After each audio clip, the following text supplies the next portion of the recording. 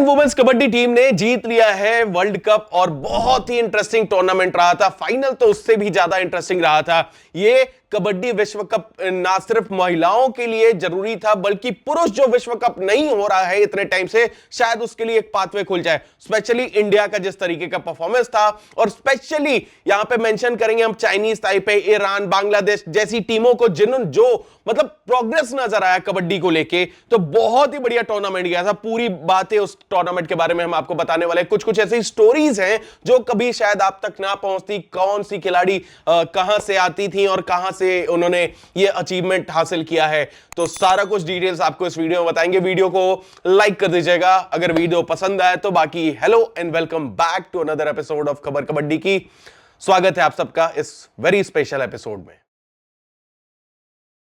तो इंडिया ने ये दूसरी बार खिताब जीता है। पिछली बार फाइनल हुआ था 2012 में जब खेला गया था टूर्नामेंट पटना में। तो फाइनल खेला गया था इंडिया और ईरान के बीच में। वहां पे ईरान को इंडिया ने कंफर्टेबली हराया था और पहली बार ये खिताब जीता था। अब सोचिए, आखिरी ये 2012 में खेला गया है। मेंस आखिरी वर्ल्ड कप 2016 में खेला गया है। ये सिग्निफिकेंस है इस वर्ल्ड कप के होने से कि शायद आपको मे बी अगले साल या फिर 2027 में may be mains world cup भी देखने को मिल जाए, जो कि बहुत सालों से पेंडिंग है, 2016 के बाद से पेंडिंग है। अब इसमें कुछ और चीजें थी। ये जो वुमेन्स टूर्नामेंट चल रहा था ये बहुत ही कॉम्पिटिटिव बन गया था, क्योंकि teams like Chinese Taipei, Korea, Iran, Kenya, ये बहुत ही इंप्रूव नजर आ रही थी। ये सारी टीमें बहुत ही बेटर कंपटीशन दे रही थी एक दूसरे को, और इंडिया को भी अच्छा खासा कंपटीशन फील हो रहा था। वहां पे ढाका में खेला गया था, बांग्लादेश में खेला गया था, और इंटरेस्टिंग था क्योंकि क्राउड भी बहुत नंबर में सपोर्ट में आ रहे थे स्टेडियम में। तो बहुत ही बढ़िया क्राउड सपोर्ट भी देखने को मिला बांग्लादेश में टूर्नामेंट के लिए। अब इंडिया के परफॉर्मेंस की बात कर ले तो इंडिया अनस्टॉपेबल थी इस ग्रुप स्टेज के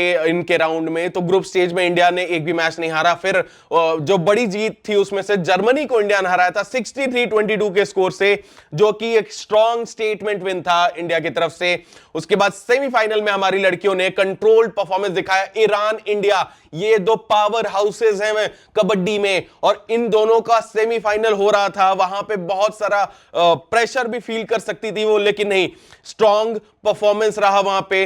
डिफेंस भी अच्छा काम किया और रेडर्स ने भी बहुत बेहतर काम किया था सेमीफाइनल में। वहां पे इंडिया को कंफर्टेबल जीत मिल गई थी ईरान के अगेंस्ट, और फाइनल फिर इंडिया का हुआ चाइनीज ताइपे के साथ। अब चाइनीज ताइपे के बारे में भी खूबी यही थी, अनस्टॉपेबल थे इस पूरे टूर्नामेंट में। एक भी मैच हार के नहीं आ रही थी लड़कियां उनकी, और वही देखने को मिला। कंपटीशन जब शुरुआत हुआ फाइनल मुकाबले में तो एक बढ़िया अर्ली प्रेशर दे दिया था इंडिया को, अर्ली ब्लो दे दिया था इंडिया को। कहां ऑल आउट होने वाली थी चाइनीज ताइपे की टीम। इंडिया के डिफेंडर्स की एक गलती की वजह से, उनके सुपर टैकल्स के बदौलत उन्होंने लीड भी ले लिया था एक समय पर मैच में। लेकिन उसके बाद हमारी बेटियों ने, हमारी लड़कियों ने यहां पे जोश, जज्बा और जुनून सब कुछ मैट पे गिव करके उसके बाद ये मैच को टर्न अराउंड किया, और फिर कंफर्टेबल विक्ट्री आखिरी में तो कहेंगे, लेकिन आखिरी के 1.5-2 मिनट के आसपास की बात करें तो सिर्फ 4 पॉइंट की लीड थी इंडिया के पास।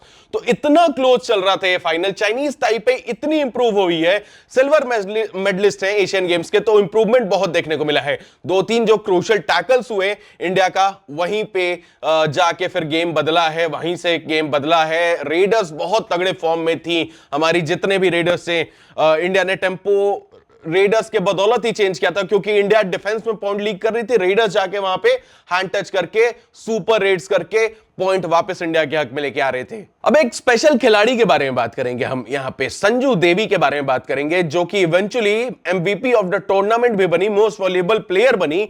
16 पॉइंट्स लिए थे फाइनल में रेड करते हुए, जिसकी वजह से इंडिया को कंफर्टेबल विक्ट्री मिली। आखिरी 5 मिनट में इंडिया ने इजीली गेम सील किया था चाइनीज ताइपे के अगेंस्ट। लेकिन संजू देवी की अगर आपको स्टोरी बताया जाए तो आती है वो छत्तीसगढ़ के कोरबा डिस्ट्रिक्ट से, और उनके फादर डेली वेज लेबर हैं। उसके बावजूद उन्होंने खेलते रही, और किस जुनून के साथ खेलते रही कि आज वो छत्तीसगढ़ से आने वाली पहली महिला खिलाड़ी हैं इंडियन कबड्डी टीम में, और वर्ल्ड कप जिताने में इतना बड़ा योगदान दिया, एमवीपी अवार्ड लेके घर जा रही हैं। ये कितना बड़ा अचीवमेंट है उनके लिए। अच्छा, अब बात कर लेते हैं इंडिया को ये जीत मिली कैसे। इंडिया को ये क्या फैक्टर्स थे जो कि अनबीटेबल बनाई। सबसे पहले एक्सपीरियंस था, हाई इंटेंसिटी कबड्डी रेगुलर खेलते हैं ये लोग। पूरे साल भर इनके टूर्नामेंट्स होते हैं डोमेस्टिक सेटअप में, उसकी वजह से यहां पे उसका फायदा मिला और ये हाई इंटेंसिटी लगातार ये खेलते रहने से इनको फायदा मिला है। बेटर फिटनेस देखने को मिला है, गेम रीडिंग अच्छी थी इनकी, डिसिप्लिन देखने को मिल रहा था कि एडवांस टैकल्स फिर भी मैं कहूंगा कि बहुत ज्यादा फाइनल में हो रहे थे, बट अननेसेसरी रिस्क फिर भी नहीं लिया जा रहा था कि 4-5 खिलाड़ी एक साथ ही टैकल में गए मिडिल लाइन के पास और 4-5 पॉइंट गवा दिया एक साथ, तो वो कम देखने को मिल रहा था। मेंटल स्ट्रेंथ बहुत था, क्राउड जो कि मतलब प्रो बांग्लादेश कहेंगे उस क्राउड के सामने खेल के इतना बढ़िया काम कंपोज परफॉर्मेंस आया, तो ये बड़ा इंटरेस्टिंग रहा उनके लिए। इंडिया ने फाइनल तो जरूर जीता, लेकिन उस मिठास में, उस जीत के मिठास में एक छोटा सा खटास भी था, क्योंकि इंडिया की जो कैप्टन थी रितु नेगी, उनको बहुत ही बुरा इंजरी, विजुअल जो थे बहुत ही बुरा था। उनको मैच के बीच में सफर करना पड़ गया था, वो एल्बो भाई अब तो बोला भी नहीं जाता, बट वो एक खटास था जो विजुअल देख के दिख रहा था। उनको पूरे मैच से बाहर होना पड़ा, स्ट्रेचर ऑफ किया गया था, हॉस्पिटल ले गया गया। फिर अभी आपको बता दूं कि उनका एल्बो में फ्रैक्चर नहीं हुआ, मसल्स ट्रेन होके रह गया। ये सरप्राइजिंग है क्योंकि विजुअल से लग नहीं रहा था, किसी तरीके से मिरेकल ही कहेंगे कि मसल स्ट्रेन होके रह गया। होप करते हैं कि जल्दी रिकवर करके इंडियन कैप्टन वापस आए मैट पे और फिर से एक बार इंडिया को अगली बार के वर्ल्ड कप में रिप्रेजेंट करें। अच्छा, बात कर लेते हैं मेन सबसे मुद्दे पे। मैं ये जो वीडियो बना रहा हूं इसीलिए बना रहा हूं, ये वर्ल्ड कप जीत से क्या क्या फायदे होंगे, इस वर्ल्ड कप जीत से किस तरीके से आपको ना सिर्फ वुमेन्स कबड्डी बल्कि पूरे कबड्डी में बहुत सारे इंप्रूवमेंट होते हुए आपको नजर आ सकते हैं। देखिए, पहले ही मैंने आपको बोला कि इस बार जो कंपटीशन था थोड़ा हाई था।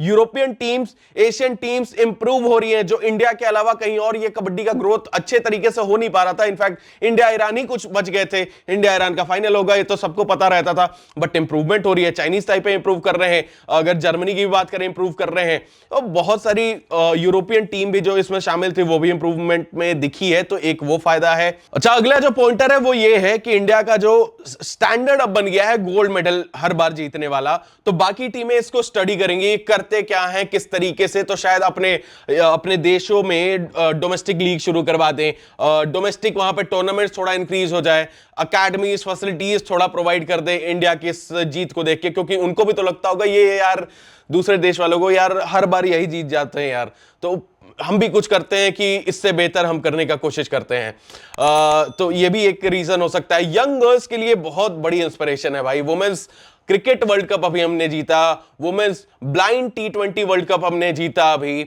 और अब ये हम जीत गए वुमेन्स कबड्डी वर्ल्ड कप। तो ये महिलाओं के लिए बहुत ही इंस्पायरिंग पिछला 1-1.5 महीना रहा कि एक के बाद एक महिला विश्व कप हम जीत रहे हैं, तो इट्स एन इंस्पायरिंग अचीवमेंट। और देश भर से अब शायद कुछ लोग, और जैसे Sanju Devi daily veg labour हैं उनके फादर, बट फिर भी वो आज इंडिया को रिप्रेजेंट कर रही है, एमवीपी बनी है इस टूर्नामेंट की, तो शायद अगले कुछ सालों में कुछ और माँ बाप अपनी बेटियों को भेजेंगे कबड्डी खेलने के लिए, तो इतनी बड़ी ये जीत का, इसी जीत के ऊपर सेहरा बंधेगा उसका भी।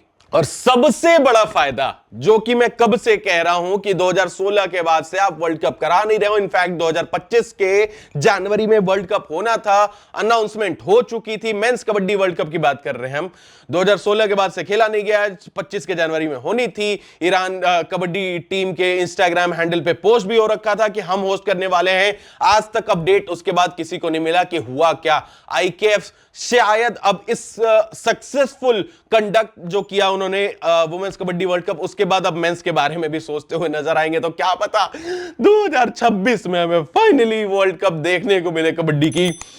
तो IKF से बस यही होप करेंगे कि थोड़ी इंटरनेशनल कबड्डी कैलेंडर इंक्रीज करने पे उनका अब ध्यान होना चाहिए। इतना बढ़िया सक्सेसफुल टूर्नामेंट गया, Asian kabaddi championship was a great success, junior kabaddi world cup होता है, that was also a great success. बस थोड़ी सी ब्रॉडकास्टिंग वगैरह के लिए भी बात कर लीजिए, उसके लिए भी जगह ढूंढ लीजिए। बाकी ये कबड्डी वर्ल्ड कप बहुत ही इंस्पायरिंग था, बहुत ही मोटिवेटिंग था, और जिस तरीके से कप्तान के फाइनल में इंजर्ड होने के बाद टीम ने खेला है, उनके लिए ट्रॉफी जिताया है, तो भाई it was a commendable job by whole team. Congratulation सारे जितने प्लेयर्स थे, आप लोग सबको बधाई हो, आपका नाम इतिहास में लिख दिया जा चुका है।